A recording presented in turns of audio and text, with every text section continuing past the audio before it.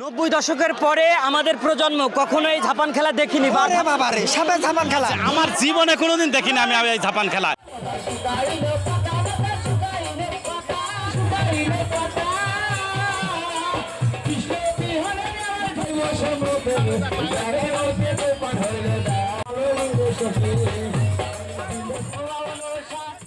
বাদ্যের তালে তালে ঝুড়িও হাড়ি থেকে বেরিয়ে আসছে গোখরা সহ নানা বিষধর সাপ। মঞ্চে রাখতেই একে একে ফনা তুলে সাপগুলো। মনসামঙ্গলের গানে নেচে ওঠেন সাপুরেরা, আর সেই তালে ফনা তুলে তাল মেলায় সাপের দলও।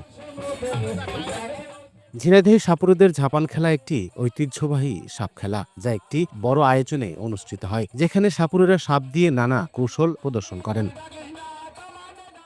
বিভিন্ন অঞ্চল থেকে আসা সাপুরেরা নিয়ে আসেন অসংখ্য বিষধর সাপ। খেলার শুরুতেই সাপুরেরা বাদ্য বাজিয়ে নাচতে নাচতে সাপকে উত্তেজিত করার চেষ্টা করেন। হাজারো দর্শকের করতালি, উল্লাস আর চিৎকার যেন আরো প্রাণ ফিরে পায় সাপ আর সাপুরের এই যুগল নাচ।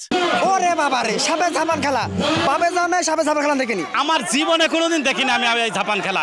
এত সুন্দর খেলা আমার জীবনে কোনোদিন দেখিনি এরকম খেলা। 90 দশকের পরে আমাদের প্রজন্ম কখনোই ঝাপান খেলা দেখিনি বা ঝাপান খেলা কি সেটাও জানে না।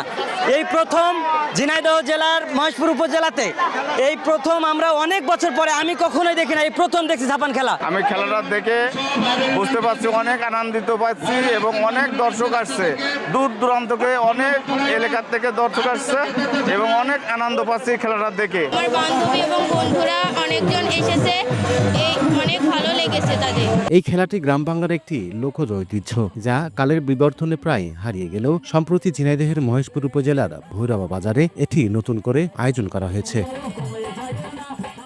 বাংলার ঐতিহ্যকে টিকিয়ে রাখা ও যুব সমাজকে মাদক থেকে দূরে রাখতেই এই আয়োজন বলে জানান আয়োজকরা। যুব সমাজ মাদক এবং মোবাইল গেমসের প্রতি আসক্তর কারণে আমরা যুব সমাজকে একটি সুন্দর জায়গায় নিয়ে আসার জন্য আমরা আজকের এই আয়োজনটা করেছি। রোমাঞ্চকর সাপের এই ঝাপান খেলা দেখতে আশপাশের এলাকা থেকে ছুটে আসেন শত শত মানুষ।